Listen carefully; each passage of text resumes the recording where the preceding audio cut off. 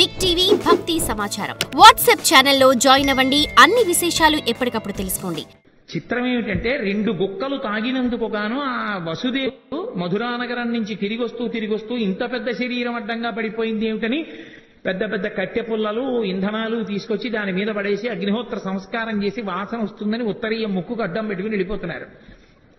రగిలి పొగులు మగువ దేహము నుండి అగరు పరిమళముల పగలు వెడలే దేహకల్మషములు శ్రీహరిముఖమున త్రామబడుట చేసి భూవరేణ్య అంటారు పోతన గారు. 2 గుక్కలలో నేను నాది అన్న అహంకార మమకారాలన్నీ తాగేశాడు కాబట్టి ఆమె శరీరమునందు ఏ కల్మషం లేదు. అందుకే ఆమె శరీరం కాలిపోతుంటే అగరవత్తులు కాలిపోతున్న సువాసనలు వచ్చాయి. కన్న తల్లి ఏ స్థితి పొందుతుందో అటువంటి స్థితి పూతన పొందేసింది.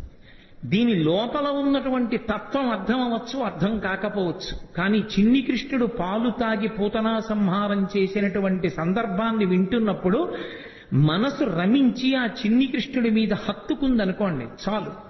ఆ కృష్ణ పాద స్పర్శ చాలు సమస్త పాపములను తొలగతోస్తుంది. అంత శక్తివంతము. అందుకే అసలు పెద్దవాడైపోయినటువంటి కృష్ణ పరమాత్మ చేసినటువంటి లీలల గురించి చెప్పుకున్న కన్నా శ్రీకృష్ణుని యొక్క బాల్యలీలల గురించి చెప్పుకున్నట్టుగా చెప్పుకోరు పెద్దవాడి లీలలు. ఎందుచేత అంటే పెద్దవాడైపోయిన కృష్ణుని యొక్క లీలలు చాలా గంభీరంగా ఉంటాయి. చిన్ని కృష్ణుడిగా చేసినటువంటి లీలలు హృద్యంగా ఉంటాయి, ఆకర్షణీయంగా ఉంటాయి, ఆబాలగోపాలాన్ని ఆకర్షిస్తాయి.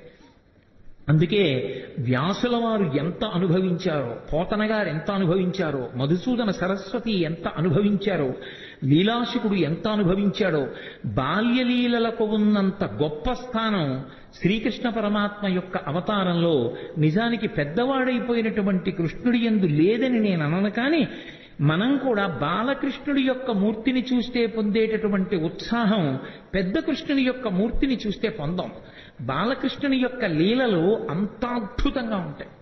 అందుకే ఆ పోతన గారు బాలకృష్ణుడి యొక్క లీలల్ని ఎన్నిటినీ చెప్పారో. బాలురకు పాలు లేవని బాలింతలు మొరలు పెట్టపకపకన గియా బాలుండాలము చేయుచు ఆలకు గ్రేపులను విడిచనంబోజాక్షి వారిల్లు సొచ్చి కడవల దూరంబుగ నీయి త్రాగితుదనా కడవల్ వీరింట నీసుతుండిడ వారికి వీరికి పెద్దవాదయ్య సతీ ఆడంజని మీగడ పెరుగోడక నీసుతుడు త్రావి 1 ఇంచుక తా కోడలి మూతింజరిమిన కోడలు ముచ్చనుచు అత్త కొట్టెల తాంగి. నేను వీటికి అర్థాలు చెప్పక్కర్లేదు, మీకు ఆ పద్యం చదువుతుంటేనే అర్థమైపోతుంది. స్వార్థపరులైనటువంటి అత్తాకోడళ్ళు కడవల్లో వెన్నదాచుకునేవారు. కృష్ణుడు ఎక్కడొస్తాడో అని. కృష్ణుడు ఏం చేశాడంటే రానే వచ్చాడు, ఓ రాత్రి వచ్చాడు, శుభ్రంగా వెన్నంతా తినేశాడు. వెళ్ళిపోయే ముందు కొంచెం వెన్న కోడలు మూతికి రాసి వెళ్ళిపోయాడు. అత్తగారు పొద్దున్న లేచి కడవ దగ్గరికి వెళ్ళింది. కడవలన్నీ ఖాళీ. కోడల్ని లేపడానికి వచ్చింది, మూతి మీద వెన్న ఉంది. ఆశిముచ్చ రాత్రి నేను పడుకున్న తర్వాత వెన్నంతా తినేశావా అని ఆ కోడల్ని పట్టు కొట్టింది.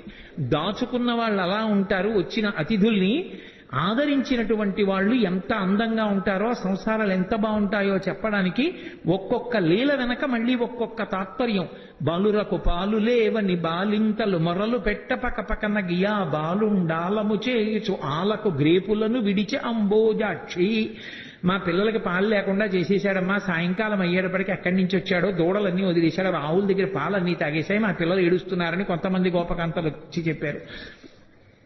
ఎన్ని లీలలో కుట్టి పుట్టడు నేడు దొంగిలబోయి వారిల్లు చొచ్చి తా ఉట్టి అందక పీటలు రోలు ప్రోవిడి ఎక్కి చేపెట్టజాలక కుండ కిందొక తూటునరించి మీ పట్టి మీగడపాలు చెరలు పట్టి తాగెతలోదరి. దీనికి అర్థం చెప్పాలని నేను అనుకోవట్లా, అంటాను కానీ మళ్ళీ చెప్తుంటాను.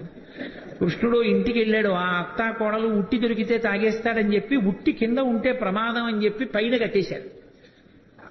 తీసుకెళ్లేదో చిక్కంలో పెట్టి పైన కట్టారు. రానే వచ్చాడు, చూశాడు, ఓహో ఈ అత్తా కోడలు పైకి కట్టారా ఎలా అనుకున్నాడు. పీటలు రోళ్లు అన్నీ తీసుకొచ్చాడు, అక్కడ వేసాడు, వాటి మీద ఎక్కాడు. ఇలా చెయ్యి పెడదామని చూశాడు, అందలేదు.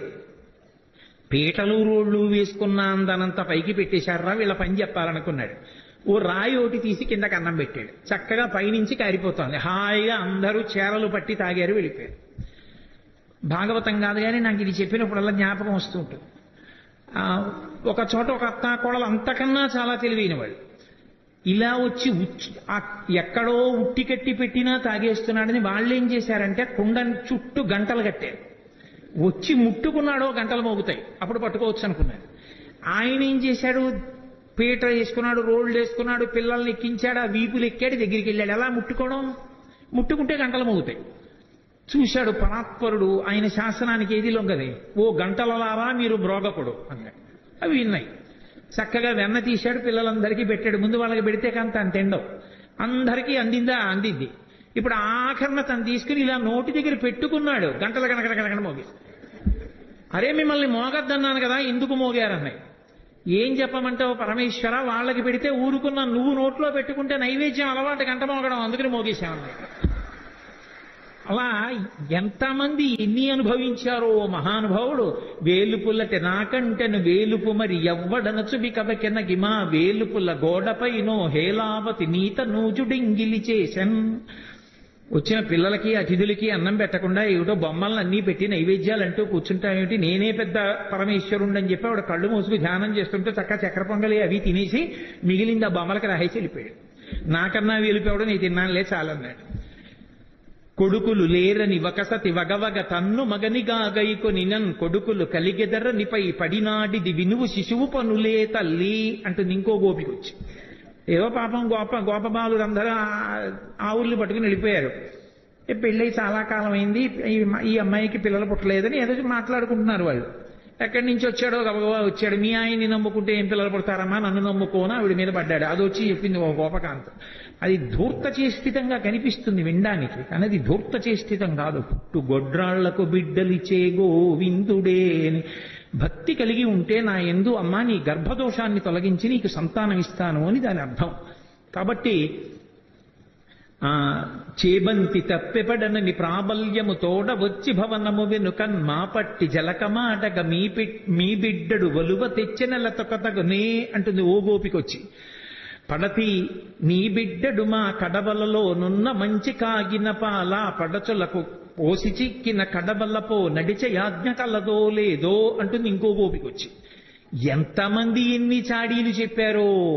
ఇన్ని చెప్తే ఆ యశోదంది అన్య మెరుగడు తన ఎంత ఆడుచుండు మంచి వాడితడెగ్గులు మనరమ్మ రామలారత్రిలోకాభిరామలార అంది. ఎందుకమ్మా అని మాటలంటారు, మా పిల్లాడు ఎప్పుడు గుమ్మం దాటి వెళ్ళనివాడు అంటుంది. అంటే ఇప్పుడు నేను భాగవతం అంతా నేను ఎక్కడ చెప్పను, మీరందరూ విన్నవాళ్లే. ఒక్కొక్క లీల వెనక మళ్ళీ ఎంతో పరమార్థం ఉంటుంది. ఆ పరమార్థం అర్థమైనా అర్థం అవ్వకపోయినా ఇప్పుడు నేను లీల ఒకటి చెప్తుంటే మీ అందరూ పక్కున నవ్వారు. పక్కున నవ్వారంటే మీ మనసుని స్పృశించిందా లేదా ఆ లీల? ఆ చిన్ని కృష్ణుని యొక్క పాదం తగిలింది, ఆయన మనసులోకి వెళ్ళాడు. ఆయన మనసులోకి ప్రవేశించిన ఉత్తర క్షణంలో పాపం ధ్వంసం అవుతుంది. అందుకోసం భాగవత శ్రవణం చేస్తారు. అందుకే భాగవతం సప్తాహంగా వింటూ ఉంటారు. భాగవతం సప్తాహంగా వినడానికి కారణం ఏమిటి అంటే 7 రోజులుగా వినడానికి కారణం 8 రోజు వినకూడదని కాదు. ఎవరు ఎంతకాలం బ్రతికినా బ్రతికేది 7 రోజులే. 70 ఏళ్ళు ఉండనివ్వండి, 80 ఏళ్ళు ఉండనివ్వండి, 100 ఏళ్ళు ఉండనివ్వండి. ఆది సోమ మంగ బుధ గురు శుక్ర శని తప్ప బతకడానికి 8వ రోజు లేదు, చావడానికి 8వ రోజు లేదు. ఉండేది 7 రోజులే. కాబట్టి ఆ 7 రోజులు భాగవత శ్రవణం చెయ్యవలసిందే. భాగవత శ్రవణం చేస్తే పరమేశ్వరుని యొక్క అవతార కథలు, కృష్ణ పరమాత్మ యొక్క కథలు వింటే పాపరాశి ధ్వంసం అవుతుంది. కాబట్టి ఆ పాపరాశి ధ్వంసం అవడానికి మార్గం శ్రీకృష్ణ పరమాత్మ యొక్క లీలలు వినడమే. కాబట్టి భాగవత శ్రవణం చేస్తూ ఉంటారు. ఎంతమంది పెద్దలు ఎన్ని రీతులు అనుభవించారో మహానుభావుడు.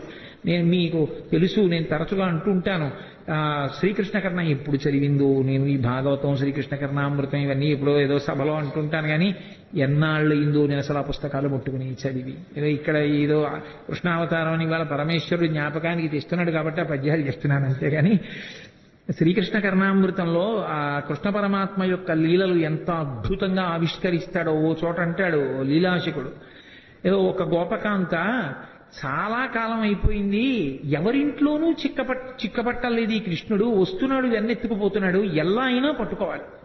యశోద మా అబ్బాయి అలాంటి తప్పులు చేయడం మాని కదా అంటోంది. రెడ్ హ్యాండెడ్గా పట్టుకున్నాడంటారే, అలా వెన్న చేత్తో ఉన్న కృష్ణుడిని పట్టుకోవాలనికి అని కావాలని కడవ తీసుకెళ్లి గుమ్మం దగ్గర పెట్టి వస్తాడుగా.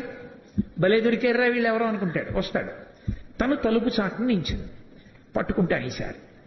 ఈ ఉత్తి చేత్తో ఉంటే మళ్ళీ అమ్మో ఏం దబాయిస్తాడో కొంచెం నోటికి కూడా పూసుకున్నాక పట్టుకుంటాను. తలుపు చాటున నుంచి చూస్తుందో వచ్చేసాడు. వచ్చేస్తే తెలిసిపోతుంది అదేంటి ఏదో చిరుమువ్వ గజ్జెలు చిన్ని కృష్ణ నిన్ను నే కోరి కొలుతూ అన్నట్లుగా ఆ గజ్జెలు పెట్టుకుని వస్తాడు చప్పుడు చేసుకుంటూ. వచ్చి వెనకాల పిల్లలందరూ వస్తారు. ఆవిడ పక్కనే ఉంది పట్టుకుందామని. తెలియదు కదా, తెలియదని మనం అనుకోవాలి అందాక. అందుకు తెలియదు ఆ పక్కనే ఉంది గోపిక పట్టుకోవడానికి. అందుకని ఒక్కొక్కళ్ళని సంజ్ఞ చేశాడు. వచ్చేశారు, తీస్తున్నాడు, పెడుతున్నాడు, చక్కగా ఒక్కొక్కడు పుచ్చుకుంటున్నాడు. బఫే భోజనంలా ప్లేట్ పెట్టుకుని వెళ్ళిపోతున్నాడు తినడానికి. ఆఖరిని అందరే అయిపోయింది లైన్, ఎవరు లేరు కాబట్టి ఇప్పుడు తను తినచ్చు. కూర్చుని అలాగో గోపికలు లేరు, ఈ ఇంట్లో పిచ్చేళ్ళు బయట పెట్టి వెళ్ళిపోయారని చెప్పి చక్కగా తీసుకుని ఇలా నోట్లో పెట్టుకున్నాడు.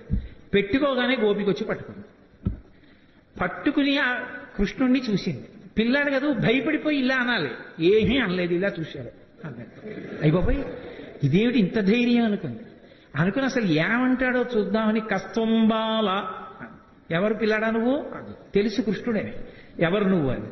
ఆయన ఏమనాలి, నేను కృష్ణుణ్ణి అనాలి. ఆయన కృష్ణుణ్ణి అనలేదు.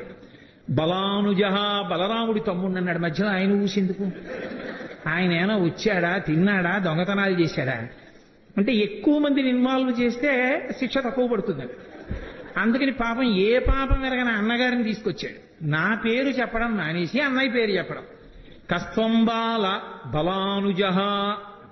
అమ్మ బాబోయ్, గుండెలు తీసిన బంటు, నీ పేరేమిటంటే బలరాముడి తమ్ముడు అంటున్నాడు, తన పేరు చెప్పట్లేదని ఆవిడ నిక్కిమిహతే. ఇక్కడికి ఎందుకు వచ్చావు? ఓసారి ఇలా చూసి, ఓ మా ఇల్లు కాదా, మన్మందిరా శంకయా, మా ఇల్లు అనుకున్నాను. అమ్మ బాబోయ్, మీ ఇల్లు అనుకుని వచ్చావా? ఇంత నిజంగా గుండెలు తీసిన బంటూరా నాయనా నువ్వు అనుకుని ఓ సరే పోన్లే. యుక్తం తం నవనీత పాత్ర వివరే హస్తం కిమర్థం యసేహే. బాగుందిరా నాయన, మరి వెన్నకుండలో చెయ్యెందుకెట్టావు? ఆయన అన్నాడు వెంటనేను, అమ్మా కాసేపు గట్టిగా మాట్లాడుకుంటా ఉంటావా? మాతకంచన వత్సకం మృగయితం మాదా విషాదం క్షణ ఇత్యేవం వరవల్లవీ ప్రతివచ కృష్ణస్య పుష్ణాతునః. ఎందుకమ్మా అంత గట్టిగా ఊరికే ఏంటి వెన్న కుండలో చెయ్యట్టావు, ఇక్కడికి ఎందుకు వచ్చావు అని అరుస్తానంటే, మా ఆవు దూడ ఒకటి తప్పిపోయింది, వెన్నకుండలో ఉందేమో అని వెతుకుతున్నాను, కారిస్తే పారిపోతుంది దూడ. వెన్నకుండలో దూడ దూరిందా, చెయ్యి పెట్టి వెతుకుతున్నావా, దూడ పారిపోతుందా అని తెల్లబోయి ఆవిడ చెయ్యి వదిలేసింది, పారిపోయింది. అలా నిర్భయంగా గోపకాంత పట్టుకున్నా కూడా తిరగబడి జవాబు చెప్పిన కృష్ణుడు ఉన్నాడే, ఆయన మమ్ము రక్షించుగాక అంటాడు. కృష్ణస్య పుష్ణాతునః, నః అంటే సంస్కృతంలో మమ్ములను అని. For more videos like this, subscribe Big TV channel.